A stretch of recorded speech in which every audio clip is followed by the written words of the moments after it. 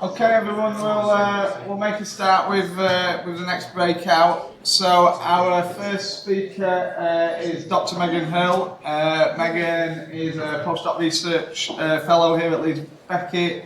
She's currently working on some projects with UEFA. Previously, Megan completed a PhD at the University of Bath, working with Southampton Football Club in and around this area of adolescent growth and maturation. And I guess she's going to explain some of that work and I guess how people use growth and maturation and perceive that. What we'll do is we'll let Megan present, we'll have 5-10 minutes for questions and then we'll move on to Sarah. So, over to you, Meg. Hello.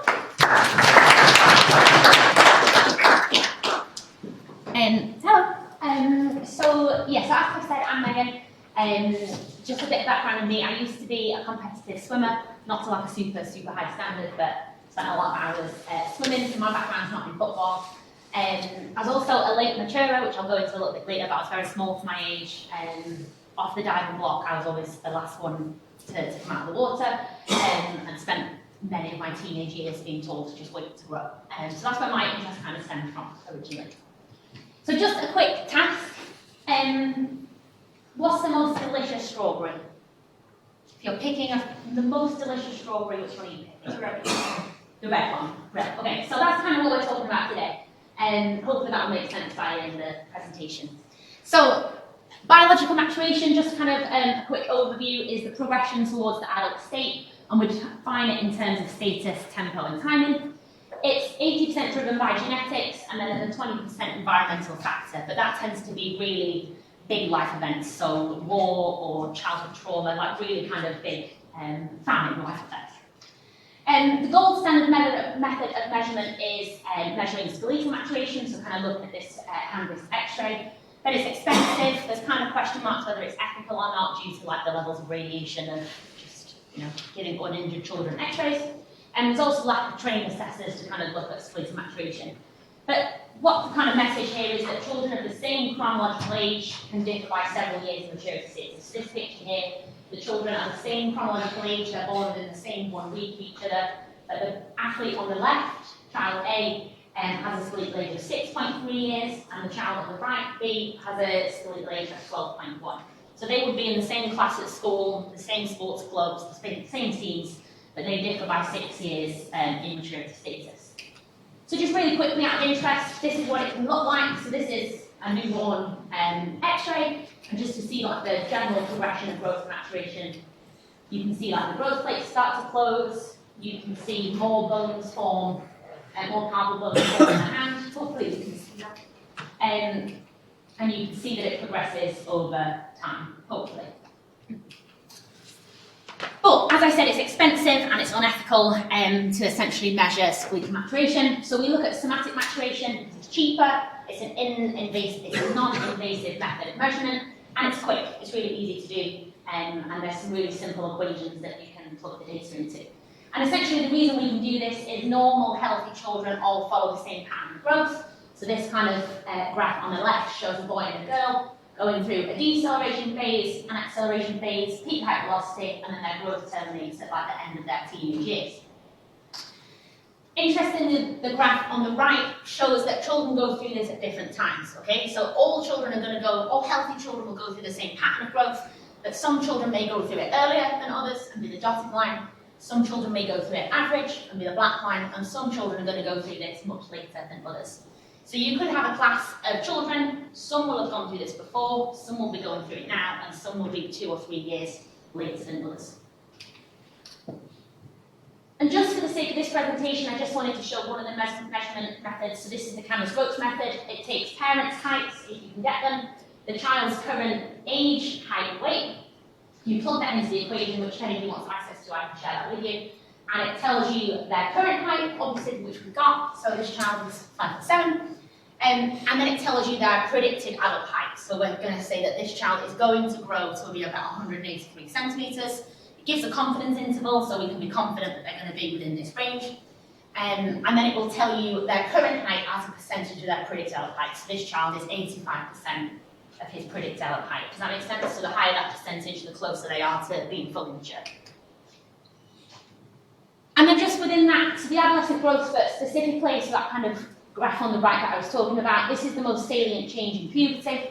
On average, it occurs around 14 years in boys, but that does obviously vary according to maturity timing, and it's around 2 years earlier in girls, so around 12. And it's the maximum rate of growth during the growth spurt. So mean values for this can fall anywhere between about 8 to 14 centimetres a year. So if you're in that peak out velocity, children are going to grow really, really rapidly. And we have seen in some projects that can actually be much higher than 14 centimetres. So you can get to around 20 centimetres. So essentially, this is a group of athletes I worked with at Southampton, and they're all within the academy, and you can be one coach training all of these athletes, where you've got some who are nearly fully formed adults, and you've got some that are still very much childlike, in the same group, same training methods, and same game time, same environmental context. So when you look at that across different sports and what that might look like, you can see early versus late maturing athletes. So for boys, on the left-hand side, they tend to be larger early maturing boys tend to be larger from 8 years old. They've got a greater pubertal gain in height, weight, and absolute and relative mass, which means they have more speed, power, strength, agility, and endurance, and they tend to have more adaptive psychological profile. In girls, it's slightly different. It's the same in greater pubertal gains in height and weight than fat mass, and they have superior strength and power, but they tend to have poorer endurance, speed, and agility. And girls tend to have a less adaptive psychological profile, so early maturing girls are more at risk for delinquent behaviour. So, we're just going to go into how this kind of now relates to some data that I collected during my PhD. And hopefully this will make sense. So because of some of these things, we tend to find that there's a selection bias in certain talent environments. So this is data from my PhD at Southampton Football Club, where I did the project. And what you can see here is the grey line is your average maturers. So in every age group, there's around 50% of the group are made up where they should be. They mature on time. And then you've got this blue line that seems to take off around under 12, where by the end, under 16s, 55% of the group is made up of early maturing athletes. 0 late maturing athletes are left in the academy by the 15-year age group. So they've either been self-selected out because they're small and they're late developing, and so they don't want to get battered in these environments, or they're deselected out. So in this case, they're probably deselected out because of the talent environment that we're in. And then this is the same across other sports. So this is some data from Jill Myberg's PhD with the Lawn Tennis Association, where we found that only 4% of the girls in the academy were late maturing. And then this is the opposite. So this is data from ballet, from Siobhan Mitchell's PhD, where we found that the takeoff is for late maturing athletes. So ballet selects for late maturing athletes compared to early maturing athletes, where you see that kind of takeoff happen in the other direction. So, in my PhD, I interviewed some of the coaches at the football academy to try and understand why that selection bias might happen. So why do we have this sudden intake of early maturing athletes compared to late maturing athletes? And why do we seem to lose a lot of these late maturing athletes from the selected environments? So there's going to be some quotes read out from the screen, because my voice reading them all will be highly irritating. So the kind of quotes kind of tick off some of these things. So there's some positive and negatives of being early maturing. There's some positive and negatives of being late maturing. There's also some expectations around that coaches place upon their athletes. So the athletes that are closer to maturity, the expectations placed upon them are higher. And then there's also some implications for selection rules. So you'll hear some voices come from the screen that kind of give you a picture of this kind of David in the life and experience. He has that little bit of physicality to us as a group in that middle and central area. The lads that are early tend to have a greater effect on games. Manages to compete easily because he can use his body, he can protect the ball, he can move people. I think he's going to be like 6'1", and he's been this size since he was like 11, and it's been easy for him. So they were all around kind of this husky type dog, the early maturer, so they've always been this size, they've always been large, so they kind of found it easy, they had an easier journey through the academy. and that they add physicality to the group. So having them on the pitch means you're more likely to experience success and more likely to win the game. He probably reached his peak last year, and you can see now there's nothing left to come. Early mentality, which is where you stop developing a lot of your game because you don't need to. The touch doesn't need to be perfect because you can bundle your way through, and your movement doesn't need to be on time because you're going to get there anyway. He's like a bull in a china shop, and that's how he identifies himself as a player and how he's recognised. Coaches have recognised that's what's good about him. He's a destroyer, he's like a wrecking ball, but technically he's behind and his understanding's behind. Can you hear these, by the way? Okay. Okay. So that's again about the early maturer. So wrecking ball and destroyer, they come on, they're really physical, they dominate the game, but actually technically and tactically they might not have the same level of understanding. And you rely on them to win the game, but actually, did they perform that well or did they just kind of plow through, you know?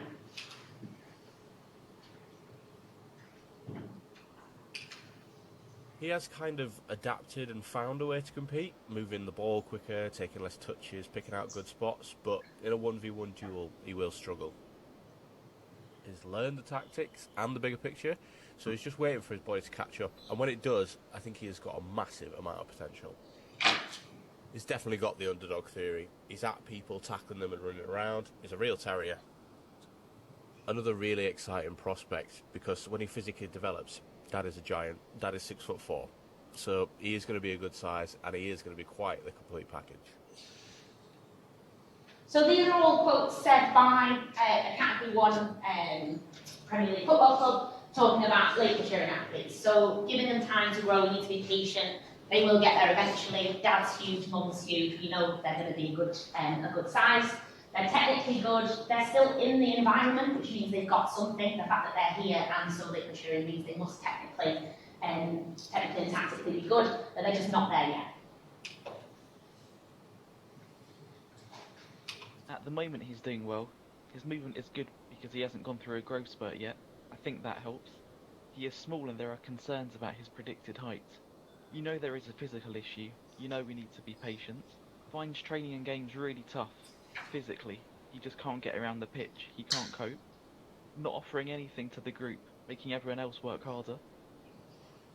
So on the flip of that, some kind of negatives around being associated with being a late maturer. So making everyone work harder, you're not adding to the game, you're less likely to win with them on the pitch, so they tend to be sidelined. They also tend to be pushed to maybe the wing, so that they don't impact like the spine of the team. They tend to have less game time because of that. They don't seem to cope as the age groups progress, so when the competitive level increases, the size of the goal increases, the ball size gets bigger, they tend to kind of struggle even more. The earlies are critiqued harsher. Yes, maybe it goes back to expectations, they are higher. He is an alien, he is late maturing, but physically one of the best in the group. I am worried about him. He has been top boy in younger age groups, and he's played up for me probably about 4 or 5 times, and looked very average. Again, playing down this weekend should be a breeze for him. He should be top 2 in the group. So again, these kind of performance expectations, so they differ depending on if you're early or late maturing. So if you're early maturing, you should be dominating the game, you should be, helping the team to succeed, and you should be able to perform in the age group above. If you're early enough, you should be able to compete in the age group above. If you don't, maybe you're not as good as you think you are. And equally, these late maturers should drop down into the age group below, as they'd be then the most mature in that age group, and they should survive. They should really thrive in that age group. So despite all the other things that might be going on, there's a lot of expectations around performance in these age groups. And this is my dog on the left, this is my new puppy, and this is actually his dad. This is highly irrelevant to the presentation. I wanted to use this picture instead of this picture. Well, it didn't fit, but I put it on my computer and then I was keeping it anyway. So, yeah, this is my puppy and his dad, and I'm going to monitor their growth and maturation for the next few years. I don't know if he has growth. So, just a little bit around the growth spurt now, just to close. So, the maturation and the growth spurt, they're obviously combined, they're related. But the adolescent growth spurt has its own kind of challenges and hurdles separately. So we want children to grow, we want them to be healthy, strong, big, and athletic. But the growth spurt provides us with a number of problems, which kind of has conflicts with that. So when I spoke to the coaches as part of my project, they often talked about the growth spurt being like a disease. It was like children had caught growth and it kind of sent everything AWOL. So I'd sit down with the coach and they'd say, oh, he's got growth. And I think, what do you mean he's got growth? Like he's not caught this disease. We want him to grow. So we kind of created this table as a club as a symptomology of the adolescent growth spurt for us to kind of have in the coaches room, have in the staff room, so that we could kind of try and remember, actually this is a really normal, healthy thing for them to be going through. And we could kind of pick some of these symptoms out as a reminder that children do grow. So these are some of the kind of symptomology of growth spurt that we came up with, just visual changes. So we've seen that they grow, we've seen that they've become gangly or lanky, and that has a lack of power, lack of pace, lack of strength, injuries associated with it, sudden pain, actually just feeling more tired and generally struggling with, the day-to-day demands of school and training and all those things. Technical changes, so suddenly becoming quite clumsy and awkward and struggling with different kind of movements that maybe they were quite good at before. And also this like psychological, cognitive element where probably kind of just typical teenage concepts, but that coaches would say, well, he's not normally like this and suddenly he's become really moody and lethargic. So we kind of put this up to kind of remind everybody that, adolescents do go through this really big change in their life, and this is what we could kind of flag so that we could kind of take note of whether they were going in this phase.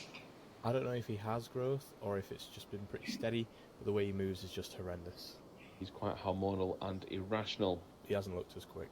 His coordination was really off. He was miskicking things like kicking the floor. If you see a sudden drop in the technical side of the game, when they look tired, I tend to think, is that energy going to grow in rather than the game? He has got some knee pain. So these kind of quotes were said all the time in the academy environment. It would be sat talking about how the players did at the weekend, and it would be like, he's not quick anymore. He was a set piece specialist and now he's keeping the floor rather than ball, these kind of things. And then we can kind of use the growth spurt to flag whether this might be the reason. So what we find is that performance can also dip during the growth spurt. So this is another piece of work I did in my PhD where we took children pre-growth spurt, during the growth spurt, post-growth spurt, and for every game we just asked the coach how they performed on a 1 to 4 scale. 1 being shocking, not at academy standards, they played terribly. 4 being superstar, they were brilliant, fantastic. So first of all, what you can see is that the grades dip every year that you go down. So coaches progressively grade harsher, rightly or wrongly, and obviously the competitive levels of the game increase. The under 14 line is a little bit of an anomaly in that there was only 1 child pre-growth spurt and only 1 child post-growth spurt, so that's kind of hard to look at because everybody was in that during the growth spurt phase. But what you can see as kind of just a visual is that when children are during their growth spurt, grades tend to come down. So if you're making your selection decisions in this time period, so selection decisions might be made in December, if some of your children are in the middle of their growth spurt, you might not be getting a true reflection of their performance. It might be that they're in the middle of their growth spurt, so it's just dipped. And so just to give you some real-world examples about why this might be important, this is a quote by Harry Kane. I've not got anyone reading this one out, we'll have to just read this one.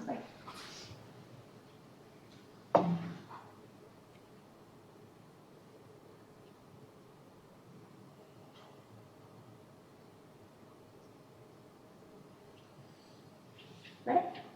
Yeah. Okay. So there's lots of real-world examples where talent development environments have made, pretty, difficult decisions based upon talent and potential at these younger age groups. So Gareth Bale was also in the Southampton Academy. He was offered a scholarship by one vote. So I'm not sure if any of you know how it works, but you basically sit around a big boardroom table. There's 12 to 15 people who get a say. And it's just raise your hand if you think they should be scholared. And Gareth Bale, it was like 7 to 6. So just 1 extra person meant that he got the scholarship. And that was because he was a late maturer as well. And then just from a different perspective, because a lot of the data I've shared today has been from like football or a physical perspective, but in ballet, for example, it's the other way around. So puberty, ballet tends to select for late maturing athletes. They're trying to delay that growth spurt because of the aesthetic that ballet is looking for. And when puberty does kick in, it throws off their technique. They lose their extensions, their body, their posture. and they're going to gain weight and curves where the dance club doesn't want that. So in other sports like ballet and gymnastics, it is the opposite way around.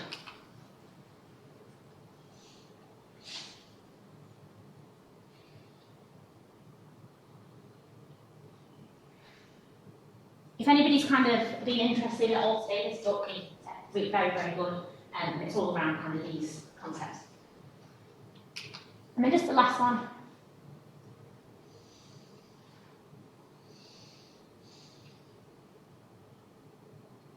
So this idea that, you know, it's already a selected environment. You're picking these athletes based upon talent that we see at younger ages, but how much of that is actually a true representative of their talent and their potential, and how much of it is actually just because of their development at that time that you're working with them.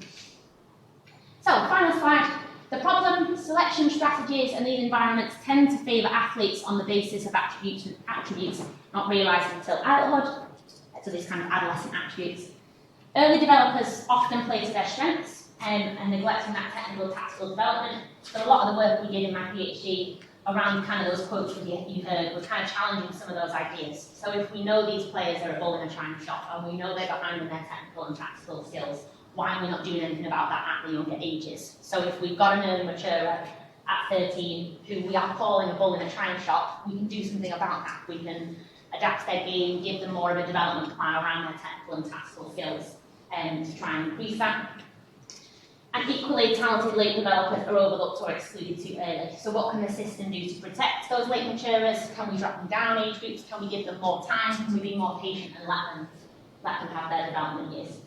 So some of the solutions, I think if these worked, we'd fix it by now. But essentially, we advocate for measuring and monitoring adolescent growth and maturation, trying to challenge some of these assumptions that we have around positive and negatives to growth and maturation, and just educating practitioners, parents and adolescents on the normal adolescent changes. So we want these children to be healthy, we want them to go through the growth spurt. How can we do that in the best possible way?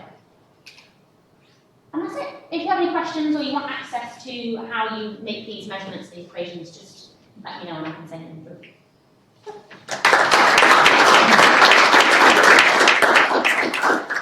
We've got time. 5 minutes for questions now, mate. So if anyone's got any questions?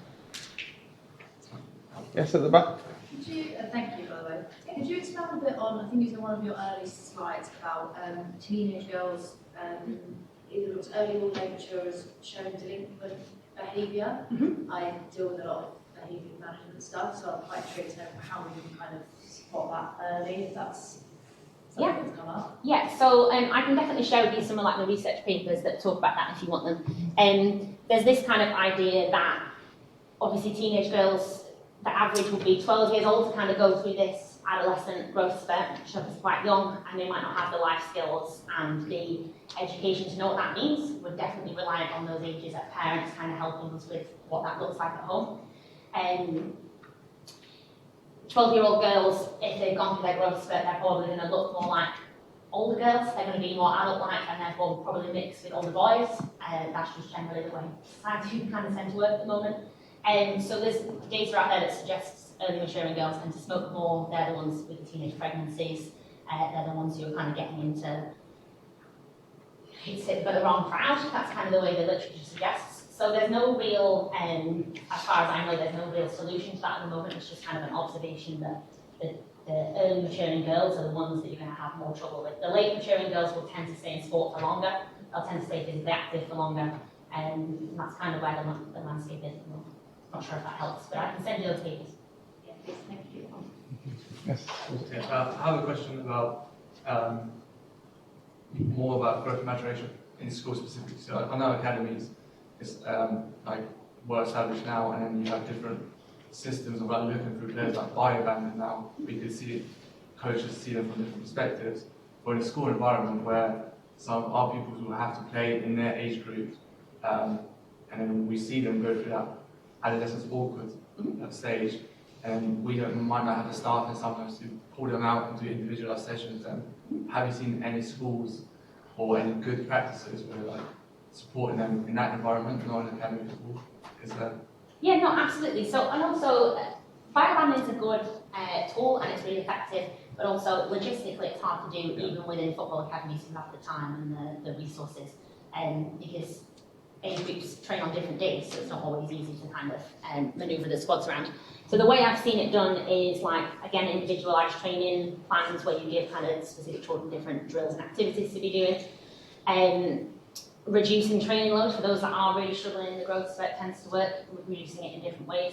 The other thing you can do is, and this works at Southampton while I was down there, within the same game, giving children different goals. So if you've got an early maturer that you can't play up because there's nobody there for them to play with, ask them to, play the ball or pick a different pass before they actually just held down the field and score. So we tend to try and give early maturing and late maturing children different targets, even within their normal age group, and just to try and kind of stop some of those effects happening. Not sure if that helps. Yeah, thank you. Cheers, Meg. Oh, go on then, one more. Do you have any advice on approaching that parental pressure? Because I've got a few players. Parental pressure? Yeah, some players now don't really understand that they are late developers. Do you have sort of a framework or a visual that we could use to? I do have something I made that I could share with you that was like club specific at the time, but I can share it with you if you could like try and adapt to something. What we tended to find was, so this equation uses parents and height. We tended to find that 5'5" parents suddenly became 6'1", thinking that it would influence the equation. So goalkeeper, thinking that their position in the academy was at risk if their predicted adult height wasn't clear. So essentially, a goalkeeper in the Premier League was 6'2", maybe, and so very small parents suddenly became 6'4". So where we could, we tried to measure the parents ourselves, if that was possible, and essentially try and educate them on what the purpose of us doing it was. So we weren't trying to predict adult height to decide whether they were going to make the team or not. We were trying to do it for development purposes. So if we knew they were going to be 6'2", let's not put them in goal at 10 years old. We'll play them in different positions, and if we can use that to predict the growth spurt, we can reduce injuries. So trying to educate them on what the purpose of it was, that it wasn't just for selection reasons, helped. But I'm not sure we truly ever kind of reduced parental pressure. Trying to explain it. Yeah, that would be really helpful. Because if he's fixated on selection, he's got 1 year at Leeds, and he's lanky, and it's going to take time. Just trying to explain to his dad that it is going to take that time. And maybe just having a visual would help. But that calculation, I think, will definitely. Yeah, no problem. I can send you that. Thank you. No problem. Meg, we've got one more. Oh, sorry. So you're associated with Southampton, and they're linked with Bath Uni, would it have been? As well? So I think you guys were one of the early adopters of measuring growth maturation, bioband, and things like that. Have they ever analysed the predicted heights and the eventual heights of the players to see exactly whether they were correct or not? Have they actually looked back at the data to see whether they were? To understand if the equations are accurate. Yeah, to see how closely the equations were. Because I've sat on panels, I've sat released players, and it's like it's distressing for me, let alone the player. No, absolutely. So it'd be interesting to know how many you were close to the mark. Yeah, no, absolutely. So we kind of have some club data that we didn't really do much with, but we kind of tracked, because I've there for so long, we tracked that. I'm not sure if there's any work at the moment specifically going into how accurate the equations are. If their equations in that original validation are accurate for 2.2 centimetres, and that's what the literature suggests. We found that generally children do make their predicted height. Sometimes they'll go above it, but the way we did it at the club was to give a confidence interval. So we would never say to the selectors that they'll make 6'2". We kind of give a range that we could be confident that they would fall in, so that you could sleep at night, that you hadn't made a decision based on 190 centimetres or something like that. But I can check that to see if there's any. Just out of curiosity, I was a long time ago, and therefore it was at the onset of this stuff. I wasn't there long enough to be able to do it myself, so I know that you've been there a longer time. I wonder if they ever followed it, you might track it through. Yeah, I think it's one of those problems that there's so much turnover. Yeah, that absolutely. We don't actually know how many of them stay in Small the ones have already been system. released in time. Yeah, well, the ones we release will probably never get captured back on. But I can check that. Thank you. Okay, cheers, Meg, thank you. Okay, next up we've got Dr. Sarah Chantler. Sarah's a registered dietitian specialising in sport. Completed her initial training in South Africa and then moved to the UK. How long ago, Sarah? 6 years. 6 years. Where she now works at Leeds, Beckett, but also supporting a range of team sports, rugby league, cricket, netball, rugby union, in their sports nutrition stuff. Thank you. Over to you, Sarah. I'm just going to set myself a little timer because I tend to be able to talk about this a lot. So we're just going to make sure I don't overrun. Hi everyone. So I'm probably the only person talking about nutrition today. So this may or may not be useful to some of you, but hopefully we'll just give you a little bit of insight into some of the stuff that I've experienced through working with youth athletes, not really in schools, more in academy settings, but just maybe a little bit of a different way of approaching nutrition and how we think that we want to integrate. So I'm sure if I said to most of you, how would nutrition skills support optimal school athlete outcomes? If I can have a little raise of hands, how many of you think nutrition is an important factor in your growth and development? As per general consensus, 100% of people generally agree that nutrition is important for something.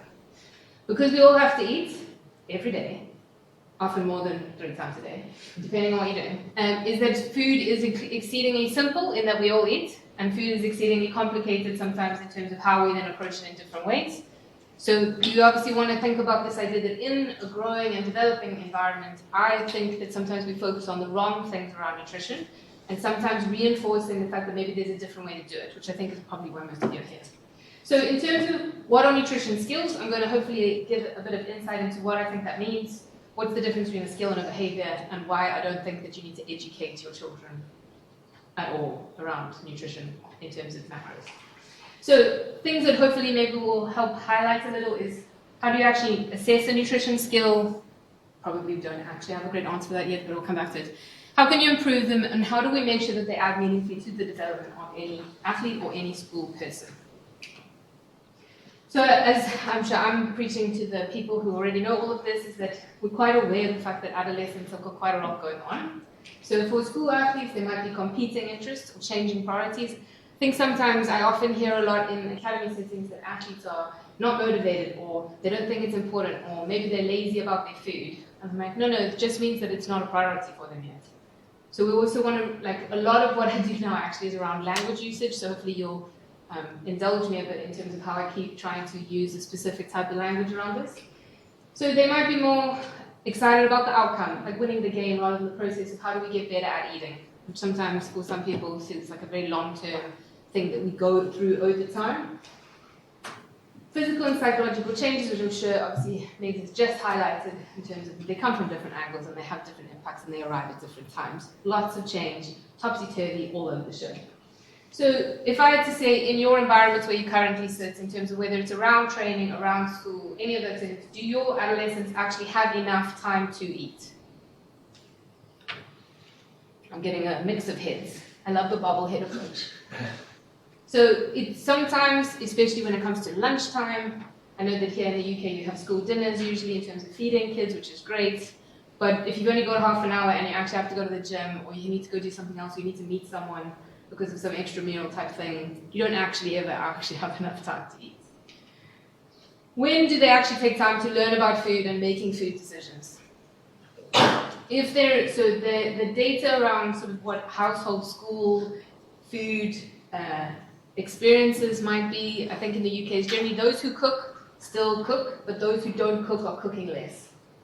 So in terms of what we're looking at home, I understand that there's a difference in terms of also what we can expect at home versus what we can expect at school, but it's also looking at the responsibility to say, well, when do they actually have time to learn about any of these concepts? And if we find that the household environment isn't really affording for some of those things, do we then have space to pick it up a little? And how is this influenced by body image? I do find this, I have quite a big bias towards the idea that I work with young athletes who have experienced eating disorders. I'm very sensitive to this idea, so some of you might find that you don't think that it's that important, but we'll bring it back to the idea that I think it has different levels of severity in different places, in different sports, in different contexts.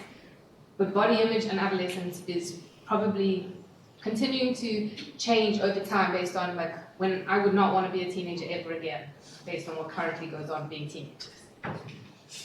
And then lastly, like, what skills do they need?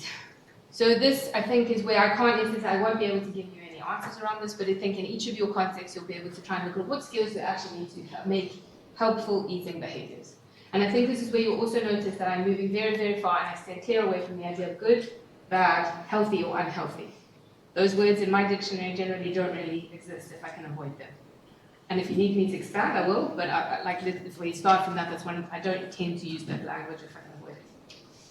So, if you had to think in your day-to-day existence, if you think back however many years it was when you were either going between the ages of 15 to 20, what skills did you need to learn to be able to eat well? I don't know if anyone feels like volunteering some of them. Self-control. Self-control. Interesting skill to learn. Cool. Anyone else got any other sort of more practical skills? Cooking. Say again? Cooking. Yeah, cooking skills. Yes? Talking about time earlier, I think organisation as well. Okay, so any sort of organisation and planning and effectively decision making in and itself will still influence the way that you eat and the way that you choose what to eat. Budgeting. Budgeting, so definitely the first time you start having to go to the shop with your own money and figuring out how to fit it into a budget. Ever done the £5 challenge? When you start having a very, very set outcome and trying to work backwards, it can put a lot of pressure on both your math skills as well as your actual understanding of how to fit stuff in. Anyone think of any other ones? I think if you're talking about 15-year-olds, it's having educated parents, because we find that parents are on man-managed students who will follow lunches and everything. So it's learning the kind of learning their behaviours from their parents quite well. Yeah, so I think the role of parents in general, there will always be, I mean, I'm hoping, I don't know how many of you currently have children, I personally don't, but there is generally always going to be a role of parents at some point. So you can't underestimate the idea of what's happening at home and what's available. So is there, I guess at the end thinking, I've asked you about skills. Is there a difference between skills and nutrition behaviors? And also, do you already in your mind and in your environment notice things that you think are good behaviors, I'm going to use that word now facetiously, and bad behaviors? Now, this is where it's quite interesting because I've worked in multiple places where a lot of the time a coach might come up to me and say, no, but they were eating chips. That's a bad behavior. I was like, well, did you ask them how they got to eating the chips? And they won't necessarily have ever thought about what the decision-making process was to get to the chips, but they'll critique the fact that the chips are there. So what I'm trying to work on is the idea of the first bit of that, not so much the chips and the behavior that got to the chips, or eating the chips as the behavior, but maybe the skills and the types of decision-making that go on before that, and the fact that that's actually quite a nice place to have good and constructive skills development for the age groups. So this comes back to the word nutrition literacy. So I'm sure most of you already heard of physical literacy and you're quite familiar with that. So same literacy idea, but now just moving it into food and into nutrition. So if we think of some of the, if we always, because I am a nerd, so we always go back to the literature first and sciencey things. So the ability for an individual to understand food, I'm sure you guys can read the rest of that sentence, but the part that is really important for me is this bit. The ability to make decisions to support the achievement of personal health and sustainable food system, considering the environmental, social, economic, cultural, and political components. So once again, food suddenly becomes really, really complicated when it also just sometimes means just eat your food that's on your plate. Now, if I think about food literacy, sometimes if we want to make it slightly simple, we can represent it by something like this. So if you think about food decisions in the center, and how that will influence dietary behaviors, because you're making a decision to do a behavior, so we're just going to focus on decisions today, is that these are the different components that they think might then influence that decision. So if we just start from the individual side, I'm not absent to the idea that knowledge and education from a parental perspective, a school perspective, or even what you learn from your peers is important, but what types of knowledge and where we get that knowledge from obviously can be slightly different, in terms of it doesn't have to be classic educational content. So food knowledge, nutrition knowledge being maybe slightly different. And then food and nutrition language. As you can tell, I'm quite obsessed with that whole idea. Food skills, which come down to the things like cooking, shopping, budgeting, creating menus in terms of just creating a meal in your head that actually works and tastes nice. Adapting a meal for low appetite, which obviously a lot of our athletes might go through in terms of playing games and then not being particularly hungry. We've got an athlete that has a gym session early in the morning, they don't feel hungry before they go to gym and then have to go to school. It's really challenging sometimes to teach the skill of how to refigure the food in your head to make it make sense. Now obviously I do it every day all the time, so I think it's not that hard anymore. But you'd be surprised sometimes how long it takes a bit of food knowledge and a lot of food understanding to be able to start doing that for yourself in a way that's still enjoyable, doesn't have like a weird, oh, I can't eat that, it's got too much salt in it type idea, and the good, bad weirdness that goes on top. So in terms of self-efficacy and confidence, we'll come back to your self-control, Sergio, is the idea of, are we executing this decision appropriately? Do we think it's helpful? Is it the right decision in the right place at the right time? Now, I'm sure none of you thought that at lunchtime when you approached the sandwich counter. Is this the right decision for me right now? It wasn't so much that there was that much thought that went into it, but if we can sometimes break down certain decisions, i.e. the chips for the coach, we can start thinking about what it is that how did we get there, and therefore is that actually the appropriate, and are we confident that that decision is right for that athlete at that time? So if that's a little bit what the individual context looks like, you can see that the societal is also included, hence the idea that this is a literacy model where everything at some point in the context that we have plays a role. Now, in terms of how we can break some of that down, as I said, we've highlighted most of these. And I think the last one there is probably the only one I haven't mentioned, because of most of you being in the environments that you're in. I always want to ask, well, what is your food philosophy or your school food philosophy? Now, if I had to ask all of you right now, just for 30 seconds, oh no, not 30 seconds, do you actually have a philosophy around your food? Now, I'm not going to ask you to reveal that, because it's usually a relatively personal type of thing. But I think what is important is that if you have a school philosophy on food, or an understanding of what you're aiming for, it helps to translate how this is all going to scaffold together. So when we make ad hoc decisions about what we think is appropriate and what we think is inappropriate, sometimes that's not as helpful, sometimes really just fundamentally wading through what do we really want our athletes and our school people to go through or to have skills-wise, and therefore then how do we go back from that to then plan to get there. So just because, as I said, because I'm a nerd, in terms of how this plays a role is that if we're looking at at food literacy rather than just nutrition knowledge, so nutrition knowledge being a relatively easy construct to actually test, which is probably why it's so popular. So if we look at actual literacy, is that it does seem to play a role in positive food behaviors. So we'll go back to like the things that they then actually end up doing. In terms of outcomes like the ability or the frequency of cooking and the frequency of positive food choices do seem to be influenced by gender, like normative sort of exposure as well. So unfortunately, girls in households probably will learn to cook more than boys. Girls will generally have more exposure to grocery shopping than boys, and therefore will have a better food knowledge and food decisions that go with it. There's probably also a lot of extra added stuff on top of that in terms of what moms say to girls or about body size, body image, body shape, etc. Girls are always trying to be smaller, boys are always trying to be bigger. It's a bit of a tough one to try and get everyone to just grow as they're supposed to, but again, that type of language becomes really important. So I'm going to show you one more model that just highlights again how we could go very much down a rabbit hole if we needed to. But this is just a second way of looking at food literacy where they looked at it from a food systems perspective. Now I'm becoming more of a fan of food systems in that we know that there are multiple influencing factors in terms of how far down this rabbit hole you can actually go. But if you look in terms of you have a place that children will eat at your school, food supply chains, where you get your food from, are there any standard operating procedures for how that food is then managed or created or translated? What does it look like from effectively farm to fork? What does that look like? And all of that then still integrates into the behaviors and the personal food environment and the social food environment as well. Now, the other reason I like this paper is not so much because they made me a pretty picture, but because they highlight what the traits of the growing human are supposed to look like. So if you just look at the table then on the, sorry, I don't do left and right-hand side, you can see that in most of the age groups that I assume you guys are working in, is that if you think about the characteristics of their cognitive development aligned to then the characteristics of the eating behaviors, you can see that children are tending to move away from their parental food model, which I'm sure most of you will get that in terms of like growing up as a teenager, you start to move away from parent, more reliant on peers. And the idea of like we could use that to our advantage, again, if we wanted to figure out how to create that.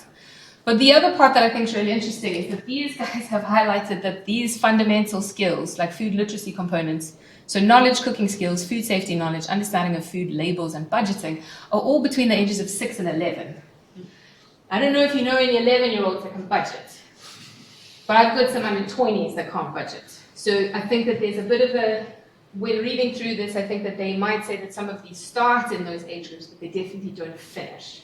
And I idea that we have to already start thinking that when we're hitting a 12-year-old, 12-year-old probably doesn't have a lot of autonomy over their food choices. They get told, or they have certain breakfast choices that they can choose from. This is what you will have for lunch, and this is what you will have for supper, or tea, depending on which part of the country you're in. But in terms of how that then starts to, how do we expand on that? And how do we generate that idea that that 12-year-old still needs to get to 18 and be able to take care of themselves?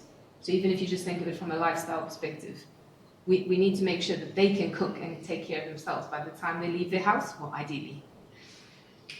So the other thing probably worth noting, so this is actually, I stole this from UK Coaching, just in terms of skills acquisition. So if we've got these skills that we think are important, we know that they tend to need to be developed in these age groups. If we think about how we develop them, is that they probably are not linear. So you might find that you have a really good year between 12 and 13 because of a certain context, and then all of a sudden everything sort of stagnates. They eat the same thing for 3 years, and then all of a sudden they get interested in food again. So it might depend a little on what the skills, and we know that skill acquisition probably has a lot of factors around it. And I think that if we think about the idea of modifying the environment or practicing something to try and integrate that into their general day-to-day stuff, is that again, if you think of a skill acquisition model, some of this can also apply to that. So probably I would say that these are two things where I think this is quite challenging. Obviously, it's again, if I spend a lot of time in the space, I find it's quite an easy thing to work with. But if you haven't really heard of this before, this could be quite like, wow, this could go really big really quickly. But in terms of how would we support helpful food decision-making skills? Just acknowledging that we can't just teach people about carbs, protein, and fat. Now, this is probably worth me just expanding on briefly as to why I don't think teaching carbs, protein, and fat makes that difference, and how I would reconfigure that. But a lot of the time, if I had to say to you, please will you eat breakfast, here are your 3 choices, go for it. How many of you are looking at the label as to how much carbs, protein, and fat are in your cereals? Great answer, no one. How many of you are choosing it based on taste, color, texture, what you feel like? More of us. So more natural making decision around the context of what that decision looks like. If we teach carbs, protein, and fat, what we do is we don't teach about food in the slightest. So what we struggle with is that then someone can tell me that carbohydrate is for energy and they need carbohydrate foods, and then I ask them, well, which foods are those? And they go, bread. And they got nothing else. And then there's very little understanding of how to put the bread, or the cereal, or the potatoes, the pasta, the rice, the bagels together into a meal, because they don't talk about meals, they talk about carbs, protein, and fat. So I'm sure if any of you working in on boys' side of the spectrum, the immediate focus would be protein. Oh, I must get more protein. Oh, the internet says I need 1 gram of protein per pound of body weight. Cool. How much protein in a chicken breast? No idea. Cool, so you know nothing about food. You have this really great sports nutrition guideline to work with, but you know nothing about how to apply it because you've never really learned what else is going on in the food, and that chicken is only 20% protein. But also that you get 3 grams of protein per slice of bread.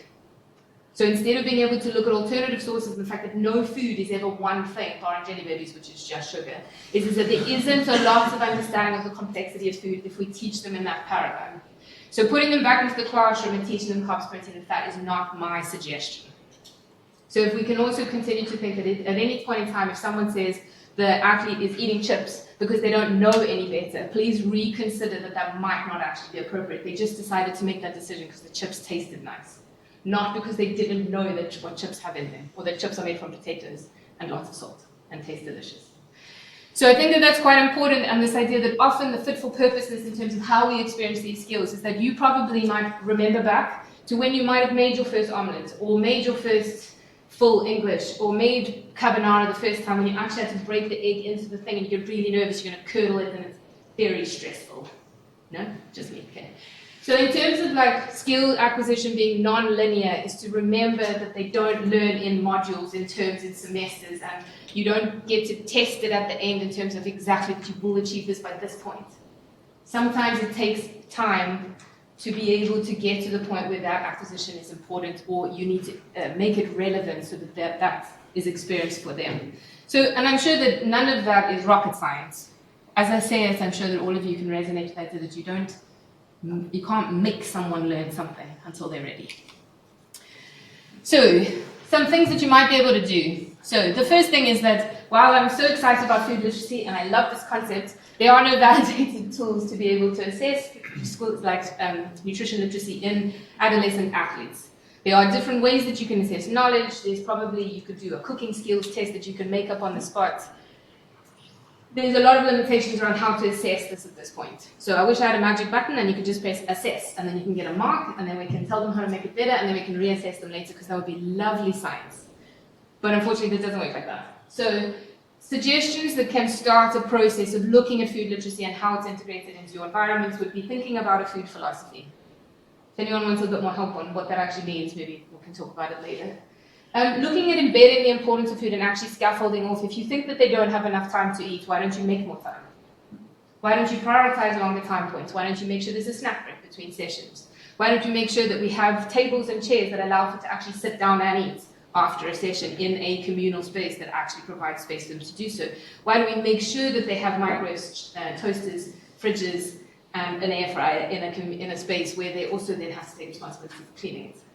So what does that look like in your environment, and can we make something where we actually show that we think this is important by putting that in place, rather than just saying nutrition is important and you shouldn't eat chips? So that's pretty much as contradictory as it gets. If we want to be consistent about how to build skills, again, that does look at long-term athlete development. It's not something that happens overnight. We have to think about what this looks like over a number of years. Thinking about that development side, peer-to-peer opportunities can really be beneficial, even if it's older peer to younger peer or peer-to-peer in the same age group. They often will encourage and learn better things from each other than they would ever learn from me. So I usually find one keen bean and then teach them and get them to teach all the others, because they tend to learn better, or they tend to believe more from each other. Engaging with body positive and food positive feedback and language. Can't tell you how important this is, but we can assess that over time. And to consider how, if you're going to do some form of assessment, are we assessing correctly? And again, that means please don't do a nutrition knowledge test if you can avoid it. All right, I have 3 examples that I'm going to try and run through quite quickly. So one example that I did is in my rugby academy. We did a snack development, and I called it a ladder. So you make something progressive. Nutrition, sports nutrition 101, eat a snack before, eat a snack after. Fantastic. Okay, do they bring it, don't they bring it, whatever. But in terms of making sure that we then progress the level of literacy and efficiency, confidence, and the capacity to do something, start off by making yourself a snack and bringing it to training. It seems a bit weird, but it's like snack check, but not snack check. Show me what you got. What's in your lunchbox? Then, make a snack for your friend. If you suddenly had to make a snack for your friend, would you put a little more pressure and a little more emphasis on making sure that it was right? And then the last but not least, make it for your coach. Then suddenly the pressure's on, because now you have to suffer through the idea that they might think that you're not doing it right because you haven't approached it with the right level of effort.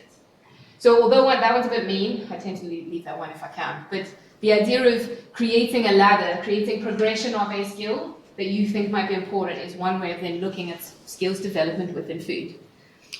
Another example, this one, I'll go through this really briefly, but basically I am obsessed with positive body image language, food language, etc. And sometimes it's really nice to sit down with coaches and look at what language are you actually using around certain things, and how can we make sure that our language is consistent and that we're all saying the same thing. So as you might notice, I don't say good and bad food if I can avoid it, because there's no good and bad food, there's just food. Like, who decided it was good or bad? Coca-Cola still works if you're running 90 kilometers. It is jet fuel. Therefore, it can be good too, just in a context where it's not you sitting on a couch and not brushing your teeth. So context becomes the most important factor, and allowing for that to then develop into a better language usage is really important. So I think that people are quite sensitive to the idea that it should be more female orientated, in terms of we have a higher risk of disordered eating in females compared to males, but I actually still think that in male environments it's still critically important. Might look a little different, but I do think that that language that we use is really important. Like, I have SNCs that tell me that they don't mind calling their male athletes fat, but they wouldn't call their female athletes fat. I'm like, why are we calling any of our athletes fat? Because it's a misnomer. They're not fat. I think you hopefully get my point. Okay, and the last example I have is a project that I'm currently working on. we're trying to formulate it into something that's a little more youth-friendly. So we know they spend a lot of time on their phones, so I'm looking at using an application that I built. And when I say an application that I built, it is a no-code application. I didn't suddenly become a coder. But it does look a little like that. And what it does is broken it down into self-guided aspects where there are nutrition skills that are in different sections. Each section has a why you want to do it, a how you want to do it, a tool to use, like a PDF that they can download and then use, and some recipes to go with it. And each of the recipes has the same format and is very consistent. Now, in terms of using that app, I'm in the second phase of trying to evaluate if it's going to work. I will have to come back to you on that at this point. But I think this idea, again, of engaging with something where there are no resources in some of the places that I work, therefore this is a resource-friendly intervention that we're going to try and see if it makes any difference, but plugging the hole basically where there is no human to do that work, i.e. there's no dietitian or nutritionist to be able to do that, but also something that allows them to do it in their own time, self-guided, have autonomy as they go, and appeals to the idea that it's evidence-based information and skills development that they can do in their own time. So that project is something that I'm doing at the moment, and I'll have to come back to you on whether or not it makes any sense. But if anyone has any questions, then we can talk about it as well. So, just to finish off, because my time is up, if you had to think about how these nutrition skills support optimal outcomes, hopefully, again, is that we're all on the same page about that they do help. They are important and they have value. Now the trick is now figuring out what your context looks like, so being able to then, how would you like to approach that in order to support skills development around that? So what is the context? Consider which skills are useful for your athletes, whether it's just around training, whether it's at school only, whether it's at home. And then think about how to assess or build that skill to improve the nutrition literacy around it, going back to the idea that that's multiple domains that help that athlete then execute their decisions better. Any more questions?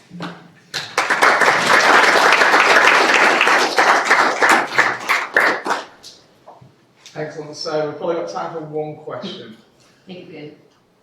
Yes.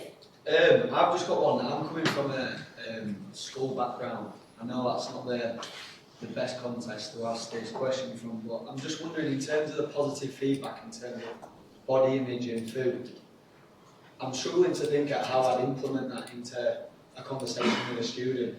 I know I was thinking of how to answer that question myself in terms of relating to ectomorphs, endomorphs, in terms of body image for certain sports, but whether it's just a quick conversation with the kids, I don't know how to stay put in terms of crossing that line. Do you know what I mean? I do. So I'll use an example. Is that obviously, again, from a nutrition skills perspective, is that at any point in time did I actually mention the idea on how food can influence body composition in youth athletes?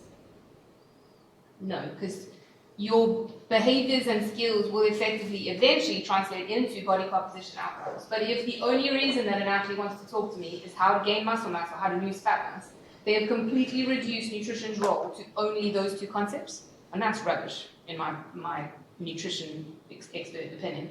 So the idea of being positive is sometimes to think about things that have got nothing to do with, oh, but I need to get bigger. Okay, but let's think about what that gives you. When you want to be bigger, like what's that for? Let's bring it back to like, what is the skill that you're looking for on the pitch? That means that you need to do this thing nutritionally that gives you this amount, like this physical shape and form. But it also goes with the idea that a lot of the conversations adolescents have is like, oh, I'm too fat, or oh, I'm too skinny, or like there's a lot of body image dissatisfaction that you can be like, do you really think that? Like, is that really how you feel about yourself? Like, you're all looking amazing today. You know, it's really classic, like, I don't know if it's built into teaching or something like that, but you can shut down conversations that are really negative really quickly. Now, one of my issues is often if I go into a boys' environment, they'll just chat, like basically chat shit to each other all the time. And I actually shut it down. I'm like, no, we don't get to tell him he's fat. That is not appropriate. And they're like, oh, you're so great. I'm like, and of course, the South Africanism works because I sound angry when I'm not actually angry. But you have a role to play in creating a positive environment. And if a coach tells me that somebody doesn't look right, red flag to a bull. I'm like, okay, tell me more about that. Tell me what it is that doesn't look right to you. Did they perform well? Did they do their job? Did they arrive with a smile on their face? Did they contribute to this environment? Yeah, but they just don't look good. Okay, let's reevaluate how we're going to translate that. So I think that the language role is really important, but It is very much more around creating that, but you have to get people to start opting in on the idea that that's important, and then you start involving your athletes in what language do you want to use about this? Like, so you're feeling uncomfortable. Okay, tell me about why do you feel uncomfortable? No, I'm just bloated. Okay, then say you're bloated. You're not fat, you're bloated. Let's talk about how we can do something with that. Why are we bloated? So I think it's just like, that's my concern, is that we let a lot slide because we think it's not that important. But you never know. So even in a group of 10 athletes, like 2 of those athletes may develop some form of really critical, disordered eating. And we need to be really careful how we don't create a safe space where that, 2 out of 10 is still too many for me. So I want 10 out of 10 getting to their 20s, thinking that food is great and that we should eat everything and that we should be positive about how we look. Like, if I can do that, I'm winning at life. But does that help? I don't know. It doesn't, there's no set way, I think, of doing it. And I think that this psychology and wellness folk would have a different way of looking at body image and body image concerns. But I think it's because it all comes through the nutrition and the sport, and it just goes over everything. It's just also, adolescents being adolescents. But nice to think that they're not going to get that. Like, their parents are never going to call them out on. Parents are going to think their children are fabulous, but their peers are going to sometimes be hypercritical if coaches don't mediate or we don't create something in the middle. We do just have a role to play to make sure that we all don't think that we're ugly individuals. You're all beautiful, by the way. All looking fabulous. Did anyone else have anything burning? Cool. I think Sarah can carry on.